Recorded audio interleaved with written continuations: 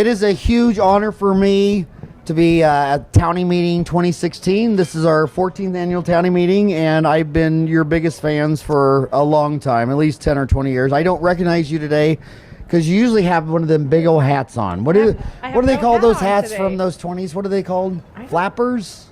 Flapper hat? I wear the big ones. This lady can rock a hat, and I'm old school. I'm 53. I still love a woman that wears those big hats. You look like you should have been in the Great Gatsby movie. I love it, man. I think you should have been born in 1920. Thanks. You were born in the wrong.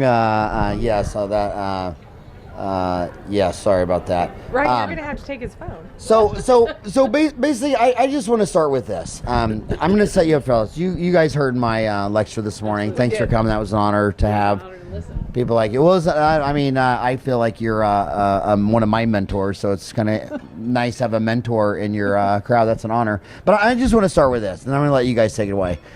It's my perception, and you may disagree with this 1,000%. You may agree.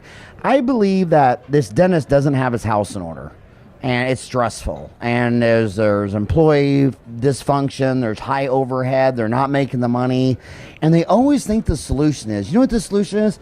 I'm just going to leave and fly away to Key Biscayne at the Pink Institute or Scottsdale and listen to the Scottsdale Center, or I'm going to go to Seattle and Coyce and I'm going to buy a shiny object like a laser or a CAD cam, or I'm going to learn a new procedure like placing an implant. And the reason it's appealing is because they're getting out of Stressville, USA, where all their stress is. They're going to another city. They're staying in a resort. They're buying a shiny object. They're getting in more debt. They're living in a bubble. And they want to leave, and the reason they want to leave their city is what you guys fix. And don't you think they should just get their damn house in order before they go buy a $100,000 shiny object or learn how to place an implant in frickin' Dominican Republic or Brazil? Oh, absolutely. They have no idea about the numbers, or they don't want to know. I think some of them just don't want to know. They're scared of them. But the numbers tell the story. We always say that the numbers start the story. They don't tell the whole story, but we always start with the numbers, looking at their overhead, and they don't want to know. We had a dentist in our class last week in Hinman, and we were going over overhead numbers and where they should be and where the healthy places are. His staff, not his salary, but his staff salary was at 32% of his overhead, and he's arguing with me that that's healthy. But he's continued to give them raises, and nothing's changed. The production hasn't gone up. They want to run away from them. They just want anything to distract them from the real story. Would you agree that we're going to be holding hands a lot on this still? Would you agree that they don't want to look at the numbers because they're not humble? They want to keep it in the closet, and to bring it out of the closet. I mean, I'm supposed to be the doctor. I'm supposed to be smart. I know everything, and I don't. And my ego is so fragile that I don't want to show you that I got an F on my report card. I don't think that's it. I don't. Right. I think a lot of them don't understand it. I don't think it's a matter of ego. I don't think it's a matter of I have to keep the secret from my team. I mean, you and I have discussed this before, and that's why I've listened to you forever. Dentists typically don't have a business degree going into dentistry. They want to do the dentistry. You talked about that this morning. You love root canals. You can do a 4 wisdom tooth extraction in 5 minutes. You love the dentistry side of it. But you're an anomaly, Howard, because not every dentist understands the business side of it. They just don't understand the numbers. I mean, I just text, for example, have a dentist in Arizona. She texted me and said, what should I'm paying all these lunches. I'm taking these girls out for happy hour. We're discussing, I'm doing this for my team. I'm doing that for my team. I need a budget. And I said, well, right now, where does your team compensation, which is what they get paid, it's benefits, it's lunches, it's CEs, where is that in your overhead? And she texts me back and she goes, I don't understand what you're asking me. And I said, okay, you should be 25%, 27% at the most in your overhead for your employee compensation.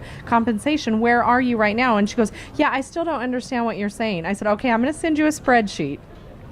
And it's going to be your overhead, and it tells you exactly where you should be with everything. Fill that out, and then let's you and I have a discussion so we can set your monthly budget. I don't think it's ego, Howard. I don't. I think it's just not knowing. Yeah, it may be a little bit of apathy because they get so much joy out of dentistry that they don't want to spend the time.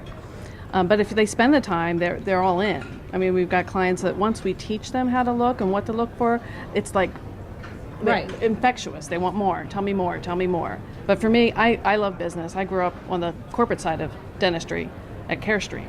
And I love the business side. That's why I loved your talk this morning. It was all about business, and then you threw football in, and I was hooked. So I think they want to learn. They just don't know where to start. And I think that the teams that we've worked with, that once we explain to them the numbers, they feel bad. They're like, oh my God, I didn't know I was taking advantage. How do we fix it? My goal in this is the reason podcasts are huge is because they're free and they're multitasking. They're listening to this while they're driving to work or they're sitting on a treadmill or whatever. And I just want my homies to get it done. They don't know if there's anything wrong. Can you go through the numbers and try to explain them to a person who's salivating because he gets to, do a retreat on a molar root canal today with a broken file on the MB2, and he knows he's going to get it, and he's all excited.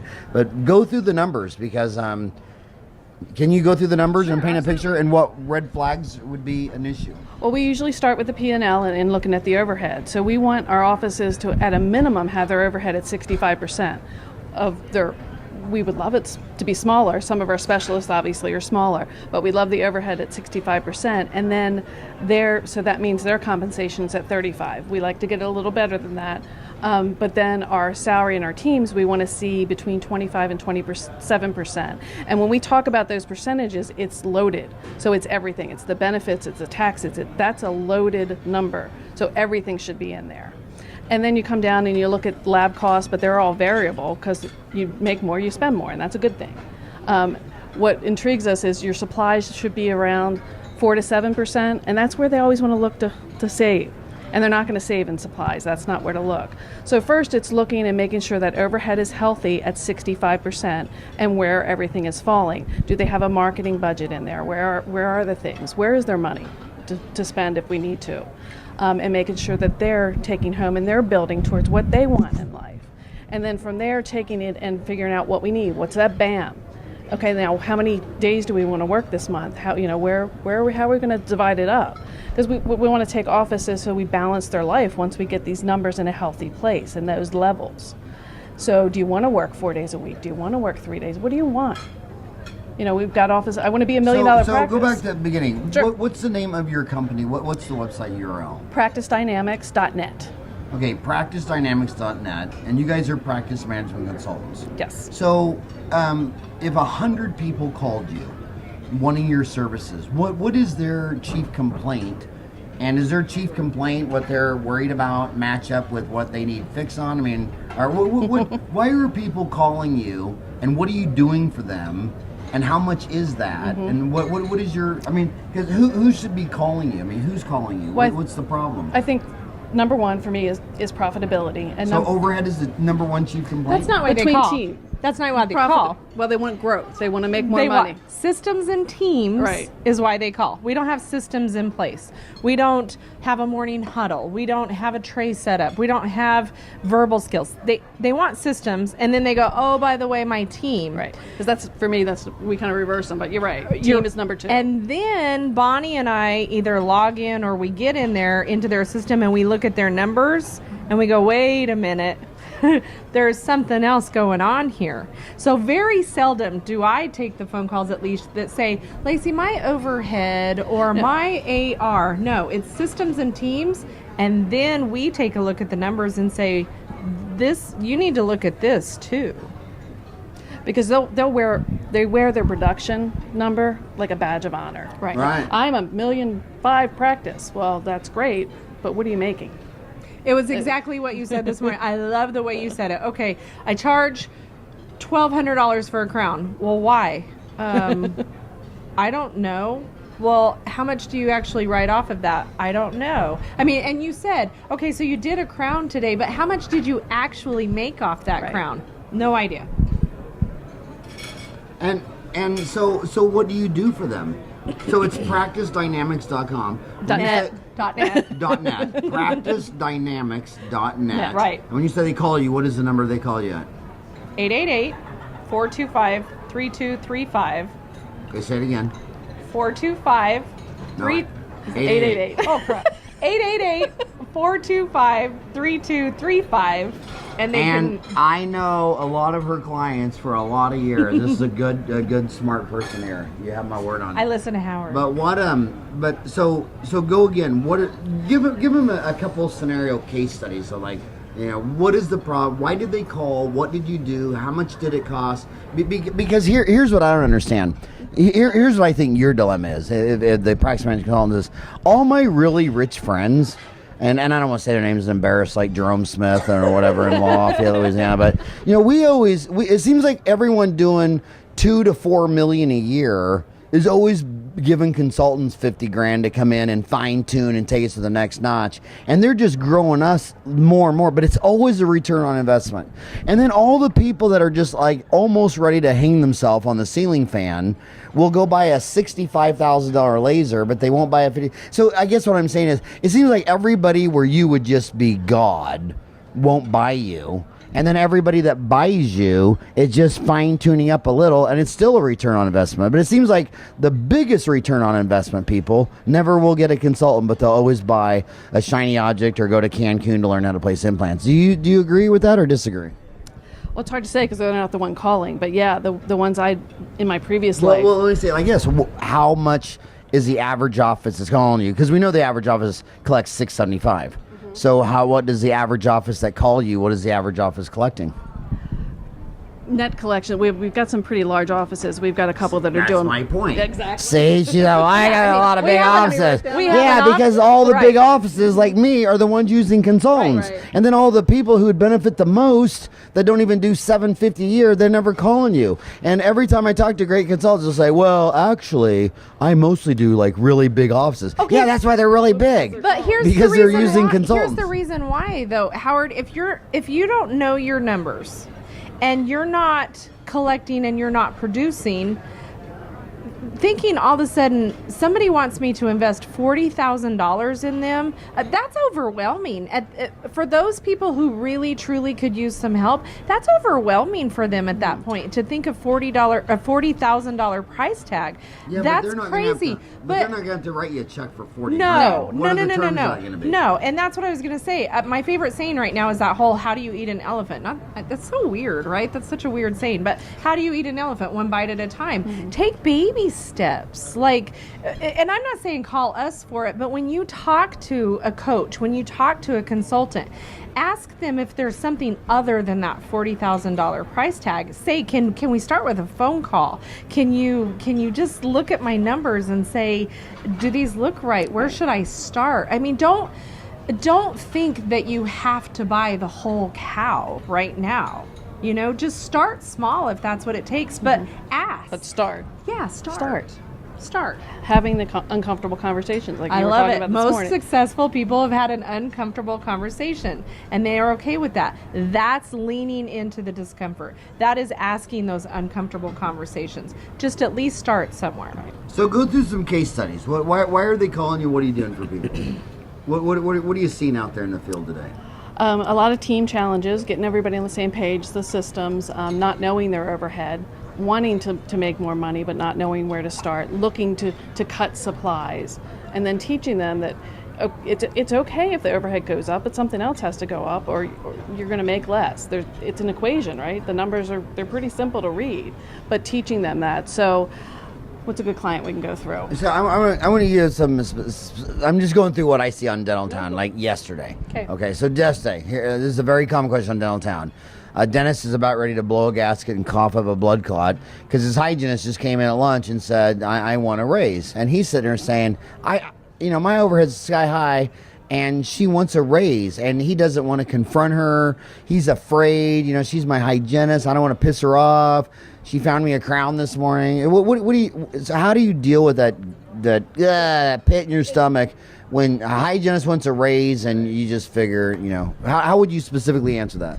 For us, it's about having the uncomfortable conversation. We believe in sharing numbers with the team, helping them understand, because 95% of the time when we get to the point where it's not uncomfortable, and we'll tell them, because we'll lead them through the team meeting with the numbers, and it's going to get uncomfortable, breathe through it, and let us get to the end. and let us share the numbers and let them understand. And then let's work together for a solution. 95% of the time, they're like, all right, I get it. Let's figure this out. How do we do this? And get them engaged. Get them accountable. For me, accountability is big. So what's the highest overhead you've ever had to deal with, and how low did you get it down? And how do you get people to lower their overhead? Probably. Explain why Absolutely. offices have high overhead and how you get it down. Because they're thinking, I need to fire all my long-term staff and replace them with the greeters from Walmart. Right. Is that how you bring down staff labor? Absolutely not. No, and oh, by the way, coaching, consulting is not about coming in and firing your team. No.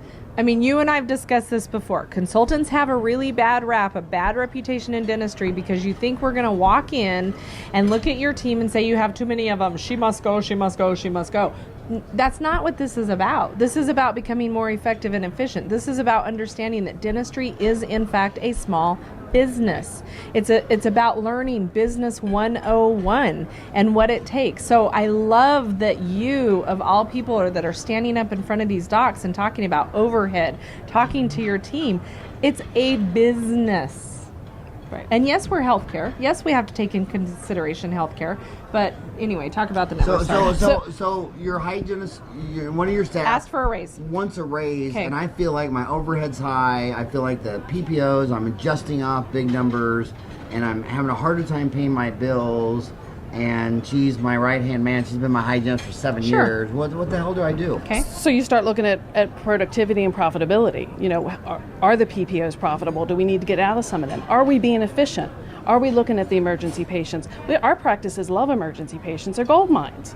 So are they producing as much as they can? And usually they're not. They're not working their systems. They're not. So if you raise your production, then your overhead isn't as high a percentage of that overall number.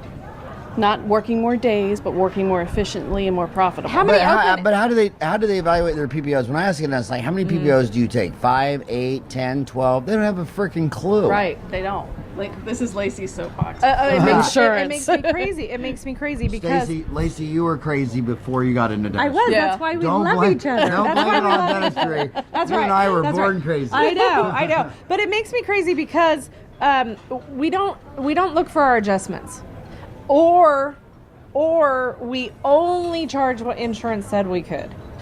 No. And I love that you brought that up this morning. No, we charge our fees, and you adjust off what you're not going to collect. And you have to label your adjustments, not just an insurance adjustment. It's got to be Delta. It's got to be MetLife. It's got to be United Premium Plan, so that at the end of the quarter, at the end of the year, we can go in and run, and we can go in and we can run a report and say, okay, these are your top 10 PPOs that you're taking right now. This is how much dentistry you produced. This is how much you collected. And this is how much you actually gave away. Okay, and then we take the smallest insurance company with the fewest patients in your practice and we start talking about, do we really need this? Okay, because if you've got 16 PPOs in your practice, but you have absolutely no idea how many patients are actually on those PPOs or what you're producing, what you're collecting, and what you're actually giving away, again, it comes down to business.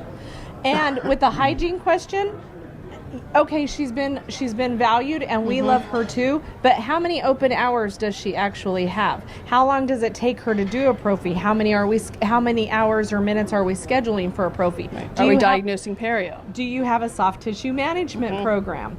If you look at the statistics alone, you have to have a soft tissue management program in your practice. So it's not just, I've been here for a year, the sun's passed around Uranus, loved it. Sun's passed around Uranus, so I should get $1 more. No, it's how many days are we working? Right. How many prophies or how many patients did you actually see? What's our retention? You know, everybody talks about new patients. Well, they're great, but what about the people who came through the door the first time? Right. Are they coming back a second, a third, a fourth time? Are they compliant? Are you retaining them? Okay, so then I want to tell you another thing. So some of the dentists, I mean, I've heard this at a dinner. I've heard this 100 times. Yeah, well, you're lucky, Bonnie, because you know your wife she's your office manager. She gives it. My wife's home having 5 babies. She's having a baby every 6 months and all this stuff. And I have to do all this myself. And then the other guy says, well, maybe you're a panacea. Maybe if you just got an office manager. What if, the dentist listens to all this stuff. He doesn't know how many PPOs he has. He's not going to do all this stuff, and he's just sitting there listening to this, and he's overwhelmed, saying, I'm in Parsons, Kansas. There's no smart people in this town. I'm never going to be able to teach my receptionist anything you're saying. I'm not like in Chicago or LA where I can hire a bunch of smart people. I'm in Parsons, frickin' Kansas, and my wife's home having a baby every 6 weeks. How the hell am I going to get any of this done? Well, good coaching. Working with a consultant. Can you teach a girl in Parsons, Kansas, how to do all this? I mean, they're the best person to build a relationship. The person in Kansas is going to build a better relationship, care, trust with your patients than the one in Chicago.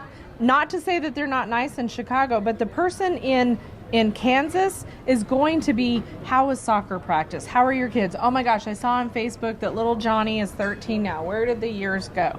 That's what women, that's what patients, that's what we want now in 2016. That's why social media is crazy right now, because it's all about the relationship. So can you teach somebody in Kansas? Absolutely. It's already born and bred into them. We just got to tweak it a little bit.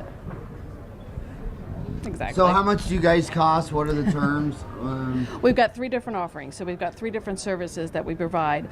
Easiest one to get into is what we call GPS coaching, which is remote coaching. And it's that we've got your back thing where we're logging into their systems on a monthly basis, pulling out their KPIs, taking a look at their P&Ls, to making sure they're overhead, and then coaching calls with them to get them understanding the numbers and figuring out what goals do we need to set. What are the KPIs we really should be looking at to get you back? What's a KPI? KPIs, key performance indicators.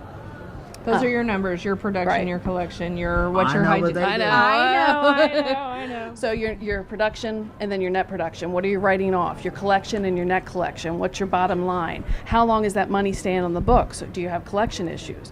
What are your receivables? How much is that a month? $8.95. So that's a little bite of the elephant. Less than 1 PPO crown. Exactly. Right. And in your experience, what kind of a return on investment is that entry level 1 crown a month? What is the return on that investment usually for the average dog? It's priceless, Howard. It's priceless. I know. I know friends that swear by you. Here's my thing. So why will they go buy a BioLace, a CBCT, and a CAD cam, and then fly all the way to the Spanky Institute to learn how to do full mouth? Because that's what they know. Because that's what they know, comfort. and that's their passion. That's what they want to know. I mean, how many dentists do you honestly that wake up in the morning and go, "Oh my God, I can't wait to review my numbers." Can I tell you something that I've noticed, and Ryan knows this. My son's my he's my body. We love Ryan. We're in 20. I've been in Ahwatukee since 1987, and then we've been eating, and we ate a lot of restaurants because my ex-wife, if you want to hide anything from her, you put it in the oven, and so we always had to eat out. And I would always, here I am with an MBA from Arizona State University, and I'd always say, "Hey, is the manager busy? I don't have a complaint or anything. I just want to meet the manager or the owner." And the owners would come out, and I'd say, "So I'm just curious, like, how many people eat here a month, or like, what's your average dinner?" I'd ask them any numbers. They wouldn't know any numbers, and they were always out of business in like 1 or 2 years. And 28 years later, there's only 2 restaurants that are still there, bringing in $3 million a year, and it's Va Benny's and CK's. And 28 years ago, those managers could tell me every one of their numbers. And I'm sitting here thinking, okay, CK's, it's beers and cheeseburgers and chicken fingers, and I mean, obviously, no one drove across town to eat their food. Right. But he's in business because he knew his. And I so many different businesses. It's always the people that know their numbers are always in business. And some of the best tasting food that was ever made in Ahwatukee was gone a year later. But even on Dental Town, Howard, I've seen the posts. I mean, I get like, I'm not even kidding you because I follow way too many of the threads. I get 500 posts if I don't look at my email in a day and a half. It's crazy. But even on Dental Town, it's so divided. You have those dentists who say, just ask for help, get some help. And then you have those dentists that say, why do you need somebody else to tell you this? You should know it. You shouldn't ask. Don't ask for help. it's crazy to me that it's okay to ask somebody how to do an amazing crown, or how to do CEREC, how to place an implant, how to do better hygiene programs, soft tissue management. But it's not okay to ask somebody for help with your actual business. I don't understand There's that. my identical twin brother. Every time I see him, I want to like run up and just bump into him and see if I can knock him down, which I think I can. Yeah. Good shot, Ryan. Good shot. It's sad. It's just sad because when I've gone to every year in Phoenix that I've ever lived there, 1 to 3 dentists commit suicide. And I mean, I've either known them directly, some of them I've had in my front room crying, and some of them, the very least I knew them indirectly from one of my very best friends. And I would say of that deal, maybe 25% were substance abuse, but 75% were financial abuse. And they just kept chasing the ultimate root canal, build-up, and crown, but their house was never in order. And some of it. So then I want to ask you another question. Here's the flip side to consultants. The problem with this dentist, how do you specifically deal with this? Is I see a lot. The problem is you're a dentist, but your lifestyle, it's like you're Mick Jagger in the Rolling Stones. How do you go into a house, and not to throw women under a bridge, but his wife is batshit crazy and will only buy a $5,000 Gucci purse, and she has to drive a Mercedes, even though when he met her she was a waitress at the Waffle House. What do you do when you go in there and say, dude, you're not Mick Jagger, you're a damn dentist, you're not the Rolling Stones? How do you see that very often? Well, I think that comes out in, again, start with the numbers. If you look at their overhead and what they're pulling home, and they're outliving it, so their debt ratio is unbelievable. It's an uncomfortable conversation, but it's conversations we have to have. Is it very common? Oh yeah. Yeah.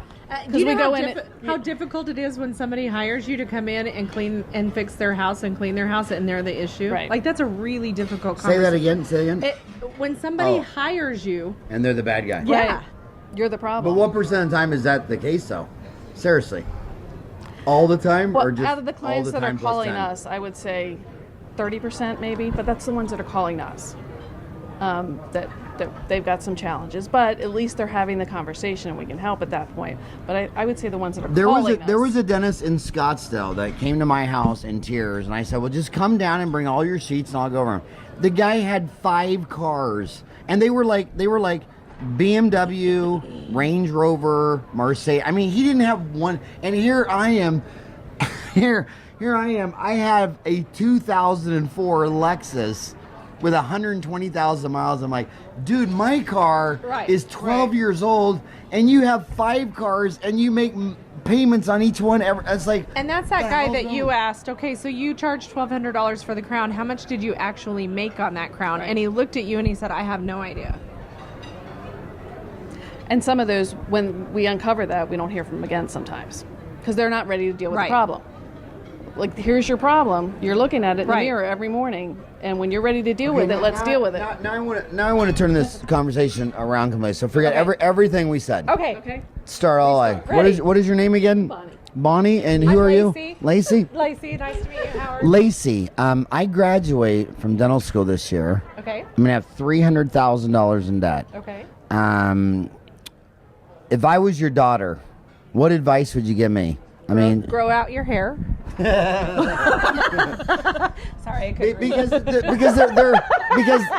here's the question they're asking on Dental Town. Like, would it be better financially if I was a specialist? Because you even said that specialists have lower overhead than general dentists. I've heard rural's better than big towns. Is that true?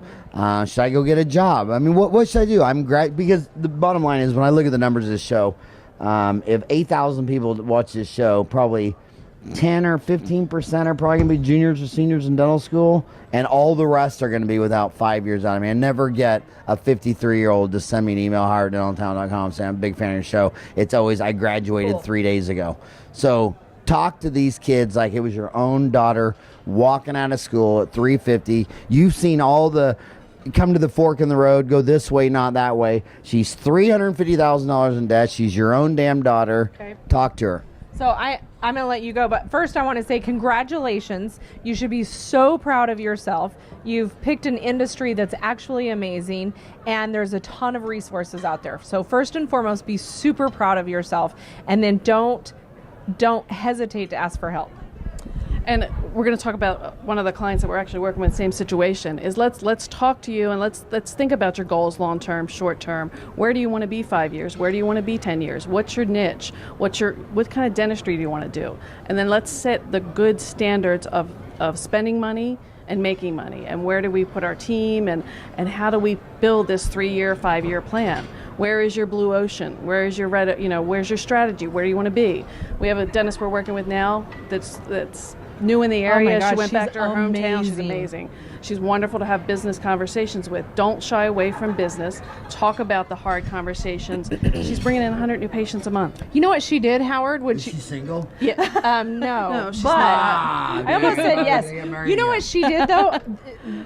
She researched where she was going to put her practice. I mean, it's the smallest Doesn't every franchise in America do that? franchise, yes, but do we in dental do No. that? I mean, she researched. There's not another dental office within 17-mile radius of where she is. She also went next to a Kroger grocery I mean, store. she's awesome. She's amazing. We just had a What conversation. state? Georgia. Georgia. She has 131 new patients in the month of March. I mean, she did her research, and sometimes we have to throw things up in the air and see if they stick, but there's a science behind all of this. And what's really great about dentists, you guys are scientists anyway. You have that mind, you have that concept and that for it. So this is scientific as well, is putting it all together. And Bonnie's absolutely right. It's not in the beginning and throughout, but in the beginning especially, it's not just about setting your numbers for your business, but we need to make sure that you're on track with your personal finances. We need to make sure that you're taking care of yourself as well as the business. But let's go back. You did say earlier that specialists had lower overhead. Is specialists worth the return on investment? I mean, do you think specialists have an easier gig than a general dentist? I think Chiro. I'm not Chiro. I'm sorry, ortho. I think ortho is like, I love watching orthodontists. They're rock stars. They're rock stars, man. They got it going on. And you know why orthodontists have got it going on and why general dentists mess up with so much of their CE is if I say to 100 women, would you rather spend $5,000 on veneers for yourself or braces for your daughter? Biology says braces on your daughter. I mean, I got 4 boys. I'd give any one of them my liver, my kidney, my anything. And they always are going to courses like Pankey, Scottsdale, Coy, Spear. They're always learning how to do full mouth rehabs on 80-year-olds who should be taken to the vet and be put down. And then they wonder why they're not sold. And then I say, well, can you do Invisalign? Can you do ortho? Can you do a chrome silk crown? Because mom will give plasma to fix her baby.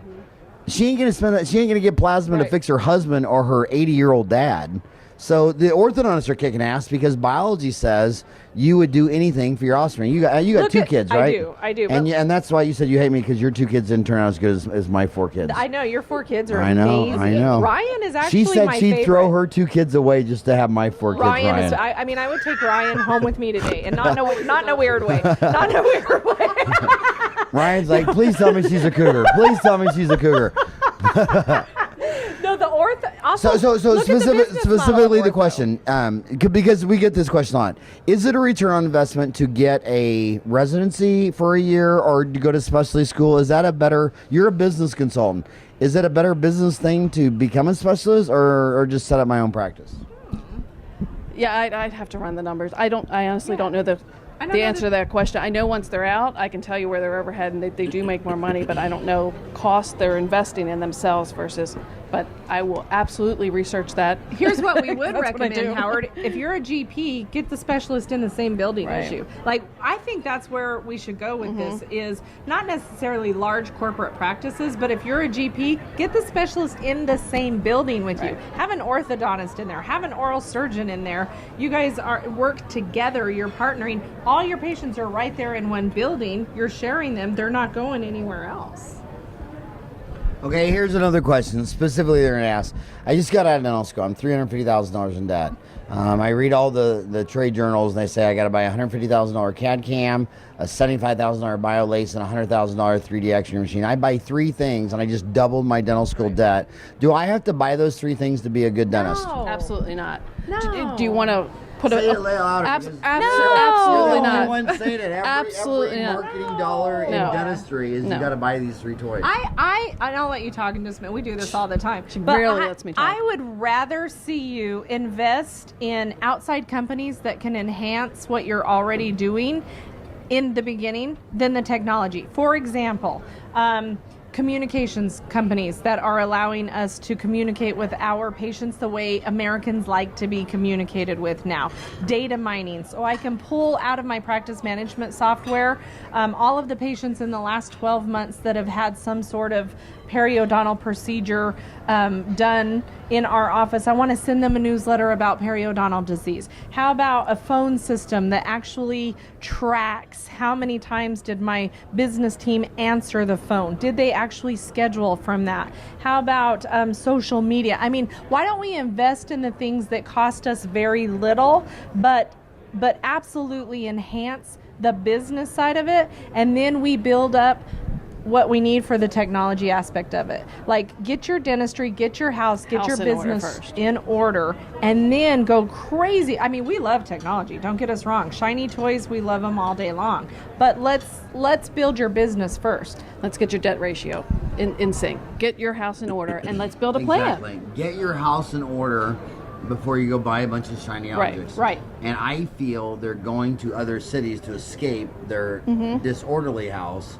And it feels good to get the hell out of Dodge when your staff are fighting. Okay, another thing, and I don't want to be beating a dead horse, but I do hear this a lot. I'm sorry that my homies have to hear this question a lot, but I still always get emails that, you don't understand, Howard, you're a man. When you tell 5 women to do something, they all jump. I'm a woman. I worked for the old man for 2 years, and he'd say, do this, they jumped. And then I bought him the practice, and I say the same damn thing, and they're like, what? You get your own coffee, you know, why are you doing that? You know, I didn't sleep last night. I'm my husband, I'm having problems. So I'm still getting a lot of, it's harder to lead a team. It's harder to have a woman leading 5 women digging a ditch than a man leading 5 women digging. True or false? True. It's another uncomfortable conversation you have. It's about, our favorite dentists talks about the culture within the practice and building that culture and investing in the culture where it's an open conversation. The other problem we have too is when the situation you just mentioned happened, they inherit the team and there's no transition or there's no guidelines or there's no leadership going on. So we need to set this home for the new owner. But I think get the conversations female going. dentists, it's rough. It's hard for a female dentist because there's a very fine line between being an amazing leader that other women respect and just being you say it for me, Howard. A bitch. Just being a bitch. But I'm confused, and maybe it's because, you know, I am an old man. I mean, I'm a grandpa. I got a 3-year-old 53 grandpa. is really not that old. You're like in your prime. My right dad now. died at 60. Both of my granddaddies died at 60. I mean, biologically speaking, I probably got 7 years left. I mean, really. I mean, if you talk to an epidemiologist, but here's the deal that a grandpa doesn't get when I see the younger women whining to me. The younger women are whining this to me, and they go after work to have happy hour with their girls, and they go have beers and eat fried cheese balls. I would never do that with my staff. Is that because I'm old-fashioned and old school, and that's why I can come back to work? I mean, how do I go get drunk with you and have to hold your hair while you're puking in a toilet, and the next morning say, hey, you were 5 minutes late? And you're like, dude, you were holding my hair last night. How you know how I'm late? It's probably not a good business I never ever held the hair of one of my staff while they puked in a toilet. Yeah. And that's why I can have them jump. I'm going to say and call you on it that I don't think it's just a female dentist problem. Male dentists do this. They make the same mistake. And what is that mistake? Getting drunk and going out and doing the whole business. Okay, so business. so then I want you to specifically lay down the guidelines. Where do you, because here's the deal. Abraham Maslow is one of my favorite. I've always told my 4 sons all the time that I got greater insights to business from anthropology and sociology than I ever did from calculus, physics, geometry, all the hardcore sciences. But when I started studying monkeys, apes, anthropology, sociology, the difference between Aztecs, Mayans, and Incans, that applied to me more in running a business than anything. And Abraham Maslow was the one who said, you cannot be friends with your staff because how am I your friend when I can fire you tomorrow morning at 8 o'clock? And Abraham Maslow said, as long as I can fire you tomorrow morning at 8 o'clock and that turns your world upside down because you got to pay your rent and your bills and your groceries, how can I be your friend if I can fire you? So I want you to be very specific. Where's the lines between I am your boss? Well, take the military. How could I tell you, Laci and Bonnie, to take that hill with your machine guns when you're sitting there saying, dude, I might get shot and killed? Right. So how do you mix military and dental office and friendship? Well, there has to be a sense of camaraderie and goals that you're all working towards, but you've got to draw the line when they're bringing their home life into the practice or meeting them outside and getting to, when alcohol and other things come in the mix, you're crossing the line. You're going to get in a situation. I come from a corporate background, and I always took myself out of the situation. So be specific. So should you do happy hour with your staff? Happy hour, yeah, but not to a certain level. But then you don't take it past happy hour. So right. So you might start, okay, let's have a great social gathering. Absolutely. I'm the doctor. Okay, I'm the doctor. I'm going to invite you guys to happy hour. We're going to have a drink. When they start getting loud, when the team they start going into jokes that I think are funny too, I'm going to excuse myself from that situation and tell them, you ladies, you gentlemen, have a great time. And I'm going to excuse myself from the situation. I'm going to be proud that I have a team that actually wants to be together outside of the dental office, and I wish them the best of luck. Mm-hmm. But they better be at work in the morning, and they better be ready to go. And you excuse yourself from that situation. Okay, so then when I look at my dental office scenario friends, they're the last person to show up at the dental office the next morning. That's not okay. So who should be the first person to arrive at the dental office? Leadership starts at the top and trickles down. So who should be the first person to arrive at the dental office? The doctor, the owner, the business owner. And if my first patient is at 7 a.m., when should I get there, and should there be a morning huddle? Should be there at 6:30 in the morning. Huddle starts at And everything should be ready to go. Huddle starts at 6:45. You're done at 5 to 7, and you're ready to go with patients. And what should the morning huddle cover? It's maximum 10 minutes. How was yesterday? What worked? What didn't? How does today look? What works? What doesn't? When is our emergency times for today? Where's our other opportunities for today? Other opportunities? Who has a hygiene appointment that also needs restorative? Okay, here's a problem many people have. The ones that are let's talk just specifically Mormon dentist, LDS. They have 12 to 14 kids at home, and what are you doing? I can say this because I'm in Phoenix and all my dentist friends are Mormon. So and they got a dentistry. Gordon Chris is Mormon. Here's the deal they have. They want to lower their neighborhood. So a toothache comes in at 12 for lunch, and I'm gonna stay and do. I had this problem. I would do any toothache through my lunch period, and at 5 o'clock, I'd stay till 7 o'clock, and sometimes staff members. I remember one time I felt really bad, and this is honest, I'll be truthful. I remember one time I was about 9 years out of my dental assistant. I'm 9 years out, and I don't want to say her name because I don't want to get it back to Ellen Gurvitz. And I saw her crying, and I said, oh my God, Ellen, what happened? Because I'm so dumb. I thought maybe someone died or whatever, and it turns out that she missed her lunch because I did a toothache. She's supposed to leave at 5, and here it was like 7:30, and she hadn't eaten since 7 a.m., and she's in the sterilization room crying. Okay. That's an issue, Howard. Are you saying I had an issue?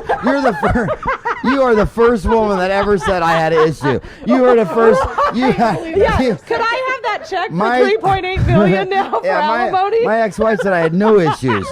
I heard it first on my own podcast. It was all her. So where do you draw the line to the other side of it, guy? It's like, look, I got 6 kids at home. I'll do anything. No. Where does it turn to abuse? The other side of it. Let me give you an example. We were in Georgia last month with a brand new client. First time we're in his office. And he had an amazing team. And he was a great guy. Very jovial, very happy. They had 6 operatories, 3 hygiene full-time, 3 of his restorative. And he was on roller skates. He was rocking it. I mean, they were crazy. Bonnie and I were like this, just head pinging, bing, bing, bing. And he was amazing. And we were both like, this can't, like, something's off. This can't be right. Went to lunch. He came back. Swear to God, I thought the dude stroked out at lunch. I mean, he was sweating. He was ashen. He looked, and we went to the office manager and we're like, is he okay? Come to find out, he's a runner. He goes and he runs at lunch. He is done. He is physically, mentally, everything is done at 2:00 every day. He's done. As a patient, I don't want him working on me at 7:00 at night. You have to know your boundaries. You have to know what you physically and mentally can do, because we are in healthcare. And then you need to set those expectations for your team so that they can have their boundaries and their expectations, and you've got to allow them the protein. You need to allow them to mentally take a break at some point during the day. If somebody walks in and has a toothache and you have and it's noon and you feel like you can do that, I think that's awesome, Howard, but you have a team behind you that has to be able to back you up as well. So I do think there's a fine line between, yes, I'll see everybody, and yes, we'll make money off of this and it'll be great, but also you have a team that's behind you that you can't do what you do without them. And the key is balancing it, because he met his production goal by 1:00. Right. So there was no sense in running him ragged from 2 to 5. It just didn't make any sense. That they're still going to make as much money. The patients are going to be better served. So you've got to balance it.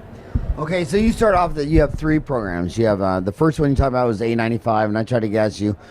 In your history of consulting, what % of those did not get a return on investment at $8.95 a month? None.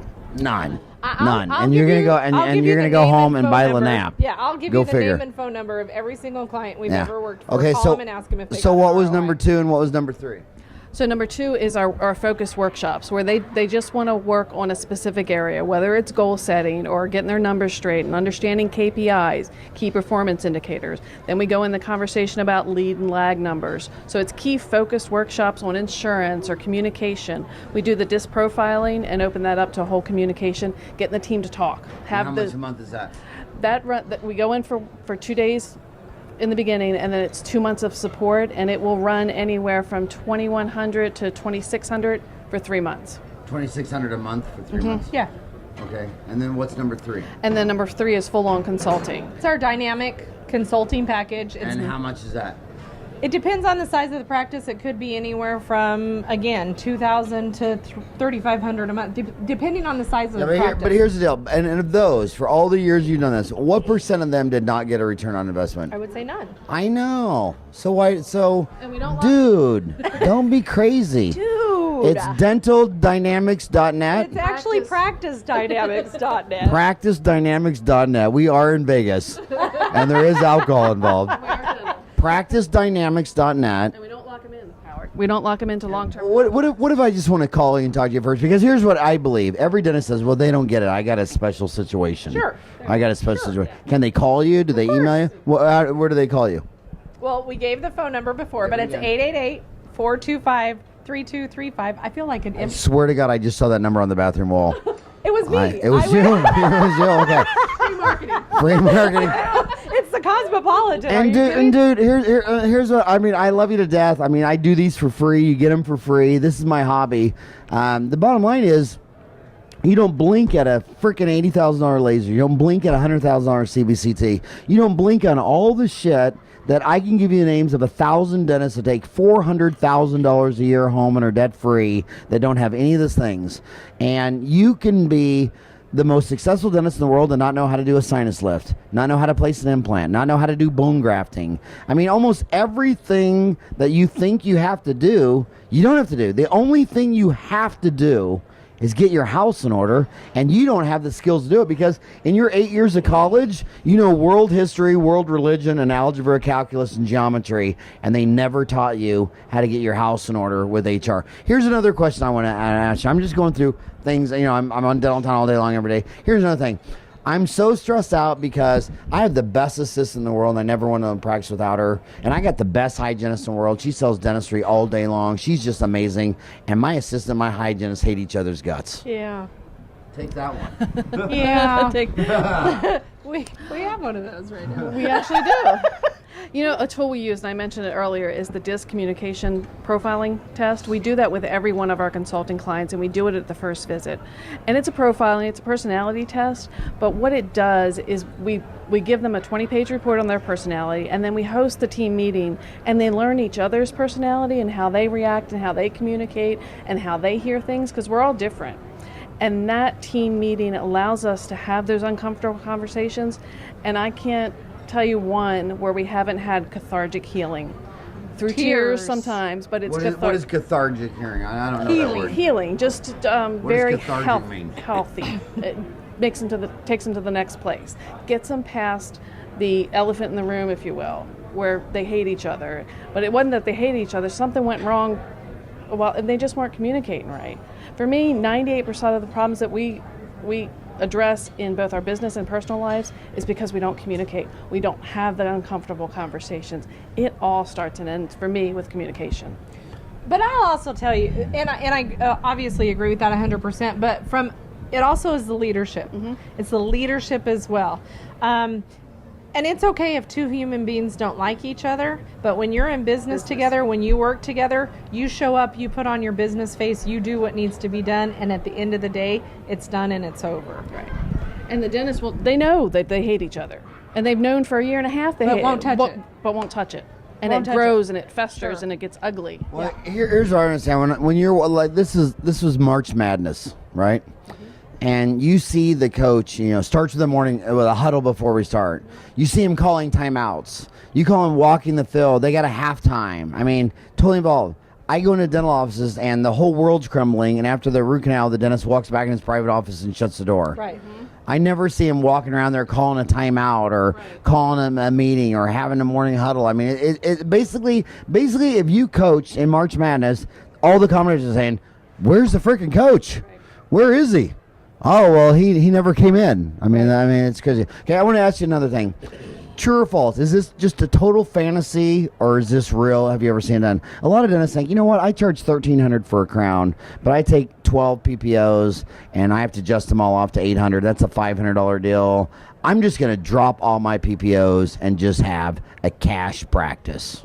We have a few fee-for-service practices, but I don't think it's a good business model to drop them all at the same time. Like, it's amazing that you want to go to that model, but it's not good business sense to say, okay, I'm going to just drop 12 now, and all of a sudden we're going to go fee-for-service.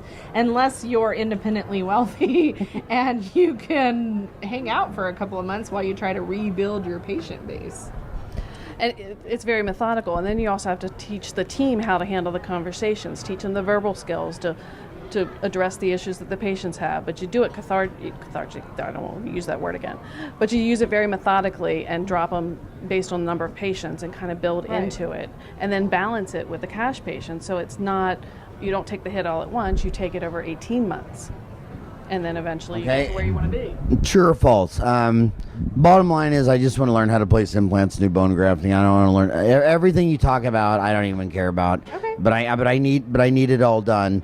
I'm just gonna hire me an office manager, and she'll do it all. Good luck. Have fun. Call us when you're missing money. I mean, okay, then let somebody else be the business owner and you be an associate and just go do what you want to do. If you want to be a business owner, if you want to lead people, you can't just do that. I mean, you can't. You've got to, and are there amazing office managers? Absolutely, there are amazing office managers. But with that mentality, you're not going to get an amazing office manager or a business administrator. We've been saying what you said forever this morning. You hire for attitude. I can train skill all day long. I can't train somebody's attitude. Mm-hmm. So do you want to get, and a lot of times we hire outside of the industry for a business team. If we find an amazing person at Neiman Marcus or even at a restaurant that has just that amazing customer service and they get people, we'll bring them into the dental office for a business team member.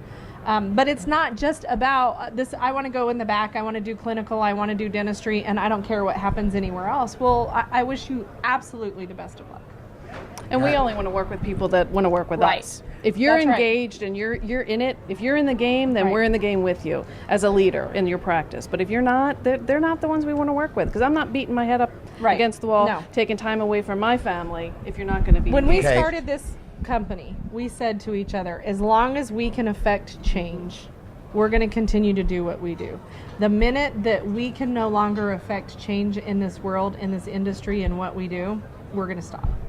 And by the way, just FYI, this whole dream started when she was serving time in New Mexico. That's right. In prison, and They she said, just "When took I the posters when down." I get out of jail, I'm so going to start this company." I don't even Okay. have to call my probation officer right now. True or false? True or false? You know, the reason my overhead is so high is I only get 40 new patients a month. If I did some big old marketing, and forget calling consultants, I'm going to call some marketing company, because if I got 20 new patients a month, everything would be a problem. That's going to solve all my deals. My house is not in order. I just need 20 more new patients a month. Should I call a consultant or a marketing company? And that's a biased question to ask you, because you guys are whatever. But how would you answer that? Because a lot of people think, you know, the holy grail, all I need is 20 more new patients a month, and then I don't need any of this stuff. My first question back to them would be, how do you know that? Explain to me how you know that you only need 20 patients. How is that going to make a difference? How is that going to fix your house? So it's back in their ballpark, because I don't know. Maybe it is. But tell me, how do you know that 20 patients is going to fix everything? Show me. And do you need 20 brand new patients every single month because they're never coming back again? Like, what kind of business model is that? Well, let me ask you another way. What percent of the clients that have called you for years and years and years totally understand their numbers? One maybe. 1%? Yeah, 1%? maybe. So you're basically on saying, dude, I can assure you, you do not know your numbers. Right. Because I mean, can you say that? Yeah, I mean, I think we can. You may understand the business model. You may understand the business. There's going to be a gap somewhere. For example, do you know how to get the numbers out of your practice management program? Do you know what to do with the numbers after you have them? Strategic planning is threefold. You have to look at where you've been. You got to look at the past. Where have you been? You have to look at where am I right now, and then you decide where do I want to be. So you may understand that production minus adjustments gives you your net production. You might understand some, Right, but basics. there's a gap there somewhere. Well, you know what? You know, one thing that's never been done, no one in practice consulting has ever made a continuum online to explain all you know, because I believe this. I believe all the consultants think, well, if I explained to you how you did this, you wouldn't need me. But I believe it would be the opposite. I believe it would be marketing, because I believe that after the dentist watch the course, they say, man, I totally believe in what you're saying, but I just know I'm never going to get it done. It's kind of like when I go to a restaurant. When I order a steak and baked potato, I mean, I can go home and make a steak and baked potato. I just don't want to. I think if you guys did an online CE deal, they would sit there and say, you know, that's true, but I'm just never going to do it. Are you inviting us to do one? I'm inviting you to do one. We would take you up on that offer. We have no problem sharing how we think the numbers should be We read. didn't make this stuff up. Do you know Howard We didn't Farran? make this up. We didn't all of a sudden decide this is how you do it. So I'm Howard at dentaltown.com. So then the guy that does our online CE is Howard Goldstein. Sure. So his email is Hogo, Hogo. He's here. I introduced him in my seminar, yeah. Sure, yeah. But I wish you do that, because my belief is that all the practice management consultants will never do CE on it, because they think, well, because that's what they tell me. They go, well, Howard, if I explain what I'm doing, then why would they call me? And I always look at this. I'd say if you explain what you're doing, I think a lot of reasons dentists tell me they're afraid of online consultants, because you're going to come in and say, well, drop all your PPOs and be a cosmetic dentist and just work on the top 5%. And they're afraid that you don't understand that this is a mining town, and I got to take the insurance, and I'm not going to be Dorfman in Beverly Hills in Parsons, Kansas. I believe a lot of them are fear. So I believe when you guys go and explain exactly what you're going to do, the consultants won't, because they're like, well, then you're not going to need me. But it's actually the reverse. The dentist can say, okay, I believe you and I trust you, and I know I'm never going to get it done. No, I want to order a steak and baked potato, even though I know how to cook it, because that's what I want. I don't want salmon and a salad, because I'm committed to obesity, diabetes, and I have stock in insulin companies. You gotta commit. That's right. I'm committed. We appreciate your commitment. I'm getting there as well with the whole overweight So diabetes. it's practice dynamics. .net. .net. .net. It's practicedynamics.net. Thank you so much for spending an hour with me at our 14th annual Townie Meeting. And I can tell you from the bottom of my heart that you're not going to go wrong with these two ladies. I've known them probably as long or longer than a lot of you guys are alive. I mean, a lot of these punks listening to this are like 23, 24 years old. Yeah. But thank you for all that you do for dentistry. Thank you for all that you do for my homies. And get your house in order. Don't buy a shiny new toy. Don't go to frickin' Brazil to learn how to place implants and do bone grafting. That's not the secret sauce. The secret sauce is getting people to teach you everything that they didn't teach you in 8 years of college to get a doctor in dental surgery. Peace out. Thank you for respecting us all enough to be honest with us. And I'm mad at you because you came here without wearing one of your flapper hats. It's up. I God. showed up yesterday and I had. God. I did. I had a hat on yesterday. Okay. All right. Okay. Thanks a lot.